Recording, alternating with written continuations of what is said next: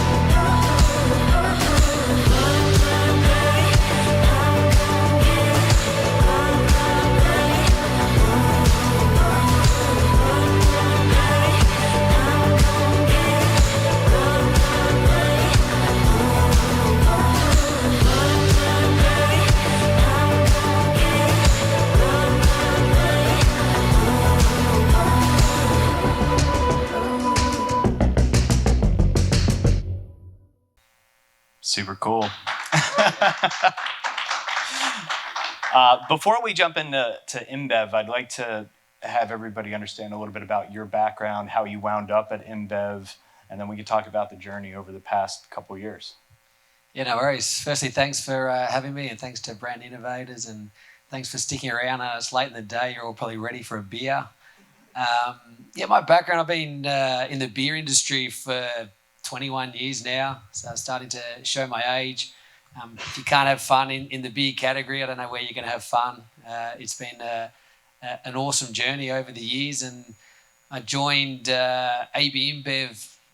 Has been a company that's acquired a number of companies over the years. So most of you probably know AB InBev as a small brewer in Brazil that went and acquired a number of different companies like Interbrew, which is Stella, Artois. Then went on and acquired Budweiser, which is Anheuser-Busch, and then Grupo Modelo, Corona, and then was the biggest brewer in the world. And then in 2011, it's actually 2016, they acquired SAB Miller, and I was from Australia as part of the SAB Miller team in Australia. So that's when I became part of AB InBev. And then, so I've been with ABI now for the last 6 years, and I think probably one of the most memorable moments I've had so far in my career was in 2017, so my first year with AB InBev. We went away to Mexico as our global marketing leadership team, so just a small group. And it was at that stage where we had that reality where we realised that we could no longer grow through acquisitions anymore and then driving synergies, and that if we were going to grow as a business, we had to drive top-line growth organically. And that's where the spotlight really got turned on the marketing team to say, can we build brands organically to drive top-line growth? And that's where we really focused on, as a marketing team, we set ourselves a big dream whilst we were there in Mexico when we said we want to not just be known as an M&A company, which we've always been known for, and a company great with zero-based budgeting and driving synergies and a strong procurement company. We actually want to be known as the best marketing company in the world. And so there was a robust discussion because people were like, no, we're all about the numbers, all about performance. And other people were like, no, we do want to be the best marketing company in the world. And so how are we going to judge that? And we decided we wanted to win the Creative Marketer of the Year at Cannes. And we also wanted to be the most effective marketing company. So we wanted to be number one, recognised as number one at Effie's. And, we're humbled that 5 years later, in 2022 last year, we were named as the Creative Marketer of the Year at Cannes. And we were named, recognised as #1 at Effie's as the most effective marketing company in the world. So it's something I'm really proud to be part of the team. Round of applause there. And as we were starting to get to know each other, you talked a lot about the 3 Ps. And different companies have their different Ps. I'd like you to talk a little bit about what yours are.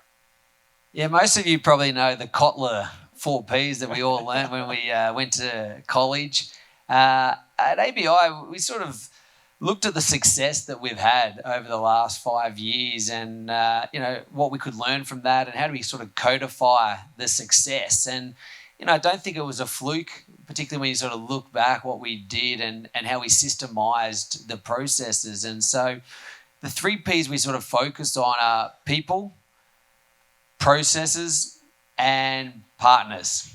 And when it comes to people, I think credit to Miguel Patricio, who was our CMO back in 2017, in that time when we made that call, there was quite a big change in terms of leadership at the marketing leadership level, because you need to get the best people to be leading marketing transformation. And you need people that are prepared to transform, people that really genuinely believe in creativity at the heart. And so we changed a lot of our leadership team, firstly. And then we actually put in a culture and capability team, not just at global, but across all our key markets. And their role was to really infuse the creativity across the organization. And they created our own marketing academy program where creativity was at the heart of it. And we also launched our very own internal agency, which is called Draftline. And Draftline has actually had a lot of success, won a lot of awards at Cannes, and recognised across the world, particularly our team in Argentina, our team in Europe, have been phenomenal. So having your Draftline and internal agency sitting next to your marketing team, it really helps with speed, firstly, but it also infuses the creativity across the marketing team. So people's a big one. And then when it comes to process, we firstly needed a common language to be able to talk about the work. So we have our very own creative spectrum from 1 to 10. So we can talk about whether it's doing damage to the brand, whether it's just stereotypical, whether it's original, or whether a 10 is truly iconic work. And it's great to be able to talk about the work with a common language. And we actually have a marketing brain trust that's set up. And I think this has really helped because it's internal and external people, often from agencies we work on, but don't work on the actual work. And when we show them the work, it's not about approving the work, it's about improving the work. And that's really important because you need to be able to go into that environment, open yourselves up, put the work on the table, not defend it, not get precious, and just take all the good comments with you, and the comments you didn't really like, you just leave behind. And the brain trust has really helped, I think, improve the work for sure. And we create our own Creative X, which is our internal awards, very similar to the categories at Cannes. And then the winners of our Creative X awards and the ones that make the shortlist, we then put through to Cannes. They qualify for Cannes. So process has been a big one. And then I'd say the last one is partners. And it sounds obvious, but getting the best partners, getting the best people around you. We see our agency partners as an extension of our team, and we treat them like they are on our team.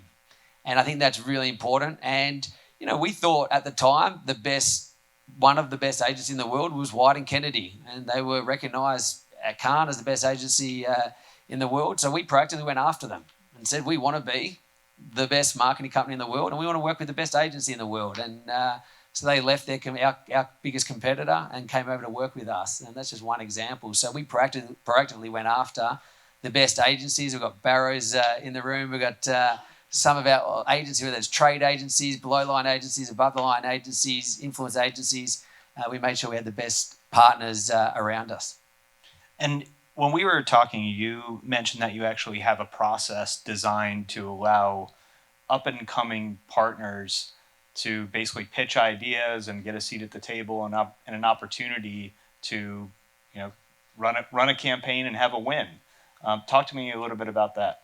Yeah, we have a process that actually kicked off when COVID hit. We basically threw all our plans out the window. I mean, at the time, Corona's a brand, we inspire people to disconnect, to reconnect. So everything's about inspiring people to enjoy the great outdoors. And, you know, when COVID hit, everyone's in lockdown, and having outdoor campaign, telling people to go and enjoy the outdoors clearly didn't make any sense. So we had to get very used to sort of pivoting and being very agile. And so we created our ideas for growth, which was at the time ideas to come up and help the community and what they needed at the time. And, you know, we created hospitals in places like Brazil. We created, you know, we were filling oxygen tanks. We had hand sanitizer being created at the brewery. So we would come up with these ideas at the time to help the community. And then, you know, that then transformed into ideas for global brands, for our big global brands. And essentially they were one-line briefs. So what are the one-line briefs that we want to crack across our big global brands? And anyone has the opportunity to come up with the ideas, because we are believers that great ideas can come from anywhere, from any agency. It can be a trade marketing agency, it can be an above-the-line agency, and we know it's all blurred these days. And so this has given opportunities for a lot of our agencies that I didn't even know of, may not be that well recognised in the local countries, to come and pitch for these one-line briefs. And now we've seen a couple of small agencies, one called We Believers in Brooklyn that I had never worked with before. They came up with a great idea around Corona plastic fishing. He won a lot of awards at Cannes, and they've come up with a number of ideas, and now they're actually on our Justice League, which is our core group of agencies that we work with. And that's a Justice League that we review every year on who are the top agencies that can be part of the AB InBev family. And they came from a very small agency, we didn't even know of, to now on the Justice League. So it gives you an idea that if you're an agency that's hungry, that comes up with great ideas, you can work with some of the biggest beer brands in the world. And that campaign, that Corona campaign, I think we've got a video clip of that later. That's around one of your pillars of solving problems. What are some of the other campaigns that you've done over the past couple of years that have really focused on solving problems? I think, we've got a number of sort of examples there, and I think that's probably the best one. I don't know if we've got it queued up to play, but I think for Corona, the plastic fishing one is, this is a brand that its home is the beach. And actually, one of the biggest issues we have, and one of the biggest problems we have to solve, is the fact that there's plastic pollution in the oceans that's destroying our home, as in Corona's home. And in fact, in 2050, there's going to be more plastic in the ocean, if we don't do something about it, than there is fish. So that was pretty striking for us, and the impact that that's going to have on the air quality and the environment. So what we believe has actually came up with was this idea is, how do we utilise our fishermen all around the world that they can really only fish, those that know much about fishing here, fish obviously when the tide is, normally in the morning or in the night. And outside of that time, there's not a lot for them to do. So the idea was, how about we utilise their skill to go fishing for plastic? And we will pay them the same per kilo that they get for their fish by collecting plastic. And we'll actually create a tournament. And this originated in Mexico, but it was such a good idea, and the impact we wanted to have was a global impact. We then got another 9 countries involved, so 10 countries around the world with all their fishermen fishing for plastic each day, trying to clean up the oceans. And this is something that, not just a one-off stunt, that we want to continue and do every single year, so we don't have the issue of having more plastic than fish in the ocean. It's such a cool. When we watch the video later, you guys are going to love this. Another one of those pillars is being brave. And you guys did this campaign with John McEnroe where he was playing himself. Talk to me about how that came to life. So Michelob Ultra, anyone know Michelob Ultra is a beer brand? Yeah, everyone seems to be nodding. Looks like most people probably tried it. Michelob Ultra is a brand it's for people that want to be active, but also want to be social. And so one thing we want to remind people is it's only worth it if you enjoy it. So an agency, FCB, came to us with this idea of John McEnroe playing against his younger self. And I thought this was a pretty crazy idea. And when they spoke to John McEnroe, he said, if I had my time again, I would have enjoyed my career more. And if I could talk to my younger self and give advice to people, it would be enjoy your journey, enjoy the ride. And so they came up with this idea, and I was like, how the hell are you going to get John McEnroe to go and play against his younger self? And it's pretty crazy, the technology these days. You're going to see it on the floor, and you probably know a lot about artificial intelligence and the body scanning technology. But essentially, they created an avatar and used robots that were observed with over 1,000 matches that he'd played over his career. And they created sort of 5 stages of his career, 5 different avatars that he played against. And it was phenomenal. And it was pretty incredible. But this was one that you had to have a leap of faith, because I was like, is this technology really going to work? It's going to cost us a lot of money. It's going to go across 30 countries.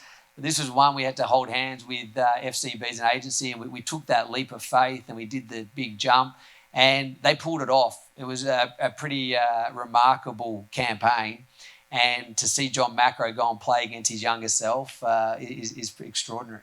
Yeah, and the impressions that you guys got from that campaign are remarkable. We have that one queued up.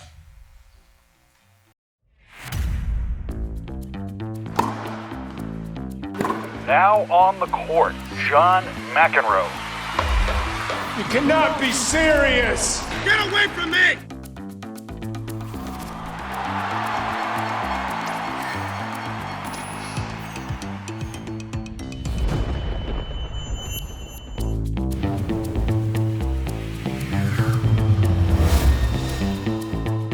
Welcome to Michelob Ultra, McEnroe versus McEnroe, one of the most exciting moments in the history of tennis. On one side, John McEnroe playing on a real tennis court. On the other side, virtual John McEnroe.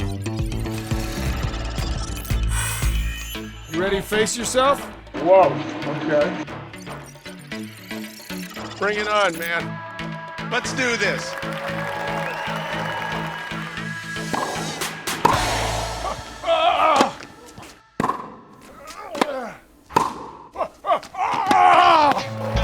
Love. How the hell did they do this?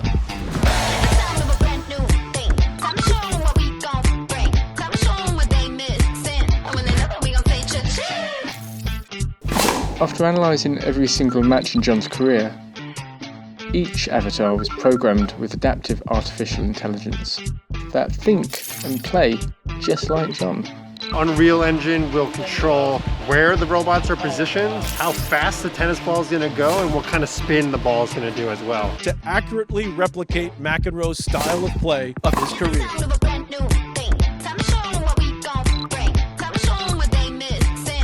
This is a fog scene, technically the smallest molecule of water you can see with your eyes. The cool thing about it is you can project on it, which John can play a ball to, and the ball will pass through that. You cannot be serious!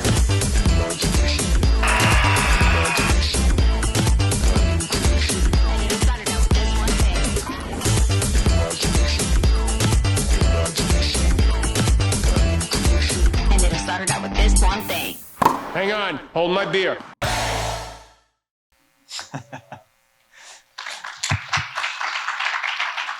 So you might have picked up on there that there was an hour of free airtime on ESPN. How did that all come together?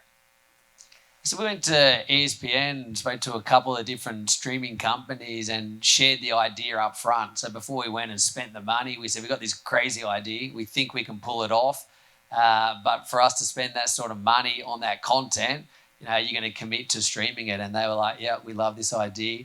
We think our audience is going to love it. So essentially, we only paid for the content and got free media off the back of it. That's so cool. So let's talk about something that is more recent with the World Cup. Obviously, there was a lot that has happened over the past couple months. Argentina had a huge win. One of your brand ambassadors benefited or led that team to victory. And you guys had a huge amount of earned media from that as well. And that was around the Bring Home the Bud campaign. How did that all happen? And did anyone see what happened with Budweiser A few people, everyone seems to be nodding their heads. Yeah, that was, as you could imagine, it was a bit of a shock when we got the phone call that they weren't going to be serving Budweiser in the outer concourse of the stadiums, and a few people are shaking their heads with horror. But we sort of had to deal with it. I mean, obviously, some people think, oh, well, you're crazy, in Qatar, what did you expect? But, clearly we had everything signed off, all the plans and permits signed off. So it did come as a surprise. But rather than dwelling on the negative, we had to think pretty quickly on how do we turn a negative into a positive. So we very quickly got a small cross-functional team together from PR, legal, the marketing team. And we sort of thought, geez, there's a lot of beer that's going to be in Qatar. Like, what do we do with it all? That's going to be the first question everyone's going to be asking. It was a little awkward, and we got together and we thought, okay, why don't we give all the beer to the winning country so that they can play for more than just the trophy, more than just the World Cup. They can bring home the Bud to their home country for one of the biggest celebrations of all time, and we'll give it away for free. And so that changed the conversation overnight. We went out with a tweet saying, winning country takes it all, we'll take it all, bring home the Bud. And from there, the next day, the Ecuadorians in the crowd, they had half the stadium full of Ecuadorians chanting, we want beer, we want beer. And then you had Neymar from Brazil tweeting, we're going to bring home the Bud. And it really sparked this conversation with consumers around the world about bringing home the Bud. And as it got closer to the round of 16 and the quarterfinals, we started dropping containers of Budweiser with crates inside it in Sao Paulo, Rio de Janeiro, Buenos Aires, and all these places to build some of that hype and excitement. And then it came to the final, and it probably couldn't have worked out any better for us because Messi, arguably the greatest of all time, a Budweiser ambassador, he'd been the face of our TV campaign throughout the entire tournament. So to see him win, hold up the cup at the end, to be able to then bring home the Bud to Argentina was the perfect ending for us. And we actually had a film on the journey of Lionel Messi, and we just dropped in at the very last minute, him holding up the trophy. And he launched that through his channel the day after, saying, I'm bringing home the Bud after the journey that he's been on. And just to give you an idea of the power of someone like Messi, we've had over 188 million views just on that one video from his channel, and over 20 million people have liked it. So pretty much every person in Australia has liked it, the equivalent. So it's been incredible. So yeah, it was huge. And then we had a big party, multiple parties in Argentina. And I'm Australian, but if I was to move to another place, probably be Argentina. They know how to have fun. What are the logistics of getting that beer delivered? When you were trying to build the hype, getting that beer delivered all across the world and making sure that everybody is in lock and step, right? You've got all these things that are changing so quickly. How do you work together with the logistical team that is making that happen? I mean, obviously, yes, we work very closely with supply, with logistics.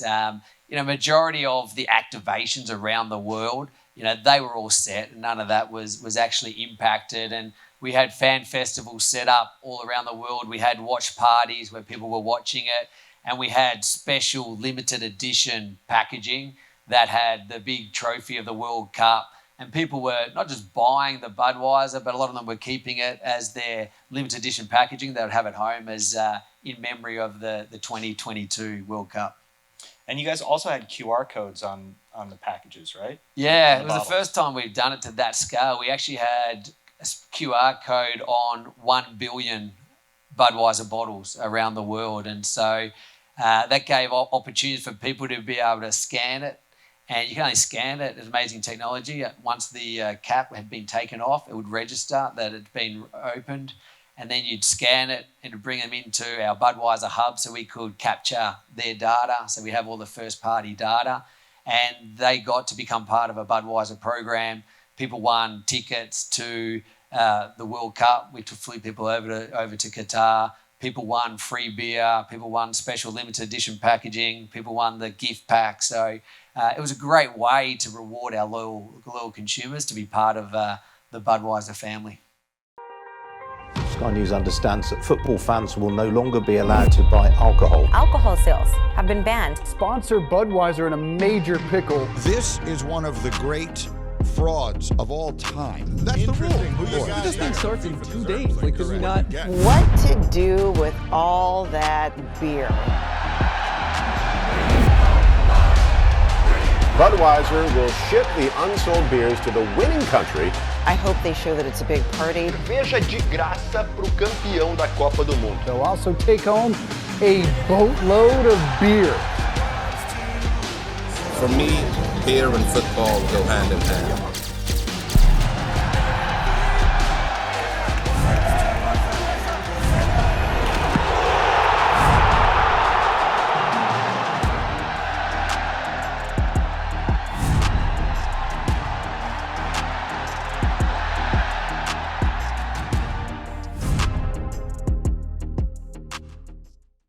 All right, so you set out 5 years ago on this mission to become the most creative marketing organization in the world, to win these awards and to drive real business results. Let's talk about the results. Yeah, I mean, it's one of those ones where I think as marketers, it's important that you're not just being creative for the sake of being creative. And, what we've proven is creativity drives results. And if we have a look at, not just being recognised as a Creative Marketer of the Year and #1 at Effie's, but last year we had all-time high volumes at AB InBev. So the highest volumes ever for the company off the back of the success we've had through our creative. And then when we look at individual brands, the two brands that were the most successful at Cannes, the ones that have been recognised as the most creative brands we have, is Corona and Michelob Ultra. And they're the two fastest growing brands in the company. So there's a pretty strong correlation there as well. So I don't know, if you've got a CFO that you're struggling to convince, this one's a pretty good example to talk to them about. All right. So we have just a couple minutes left. We're going to open up to some questions from the crowd. You could go back and say that you could sell beer in the stadiums or not, and you have this result. What do you do? Oh, definitely not. I mean, beer and sport, I think, is synonymous, and I think should always be, where we can in the stadiums. People love enjoying beer responsibly, watching their favourite teams play. So, of course, we'd love to have the beer in the stadium. But having said that, if I look back in hindsight, I think we were pretty fortunate to see the response that we got. I mean, to now, with the end of the tournament, have by far the #1 share of mentions. I think it was up at like 60-odd% share of mentions across all sponsors was Budweiser. I think it was a good example of, how do you sort of take what can be a negative situation and turn that into a positive and build momentum off the back of it. So in the end, I think it sort of worked in our favour, but of course we want beer in as many stadiums as we can around the world. My question is just obviously a huge global brand. How do you guys move with such speed and creativity to capitalize on events like that? I mean, again, you talked about how you needed to overcome an obstacle with the stadiums and you turned it into this big campaign. How do you guys just operate with such speed and creativity? Yeah, it's a good question. I think one thing I'd say about AB InBev is we have the resources as the biggest brewer in the world, but we act more like a startup, and I think what we do well is we have an ownership mentality. It's a big part of our culture, and we empower our people to be able to make decisions so that they can move at speed. And, we clearly have our processes in place. We're big on WhatsApp at ABI. I've got like 30, 40 different WhatsApp threads, and we make decisions very quickly. And if it's a quick text to get the decision maker across it, then we will. And, this was a good example where we had the 3 key decision makers in the room across the different functions where we could make decisions and then move straight away. So I think the key there is being clear on, we call it the RACI model, like who's responsible, who's accountable, who's the consult, who's the inform. And, you know, the person at the end of the day that is accountable, you know, they hold the A, they get to make the decision. And if the person's not in the room, then, you know, they get them in the room pretty quickly, or it's a quick text to get the approval and then to move. So, yeah, that's one thing people get shocked about working with the company, is just the speed that we move at. Did your team ever receive any challenges with the correlation between Corona and coronavirus during the pandemic? People love this question. I asked him the same question. People had a lot of fun with the memes at the time and Corona. So, I mean, we obviously went very quiet with Corona at that time. We didn't want to fuel and put oxygen into that conversation and the memes that were flying around. But the reality is, salience is the biggest driver of brand power, which is equivalent of brand equity. And we see a strong correlation with brand power that links to sales. So what actually happened at the time was Corona was top of mind for people. It was talked about more than usual, which drove salience and ultimately drove brand power, and we did see an uplift in performance as well. So yeah, Corona was already performing well, but the extra salience certainly didn't hurt it. Hey, how's it going, Rich? First of all, I need to say congratulations on the flip there with bringing home the Bud. That was just genius. You guys pulled that off so quickly. It was awesome. I just had a question. I mean, you guys obviously been working on World Cup with Qatar, you know, for years, right? To gear up for World Cup month. And did it feel like they pulled the rug from underneath you with like all of a sudden the ban? And you know, it seems like for someone who's been working for years to get everything right, and that you guys would maybe had a little bit better of an idea, or that they would have given you more of a heads up than to pull it like so close to the start of the matches, you know? Yeah, I mean, thanks for the acknowledgement. You know, we had a team that's been working on this for a couple of years. Todd Allen, the VP of Budweiser, and his whole team have been, you know, put a huge amount of work into it. We've had people on the ground in Qatar for sort of 18 months, and so you could imagine the blood, sweat, and tears that sort of goes into the program.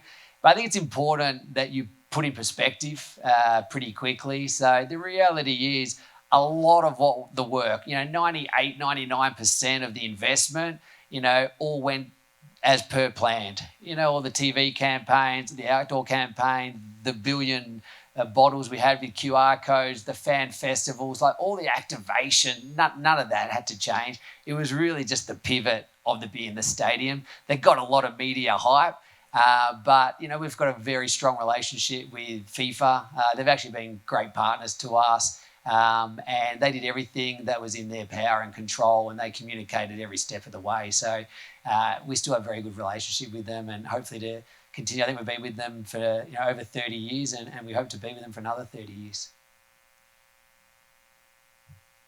We wrap? All right. Thank you so much.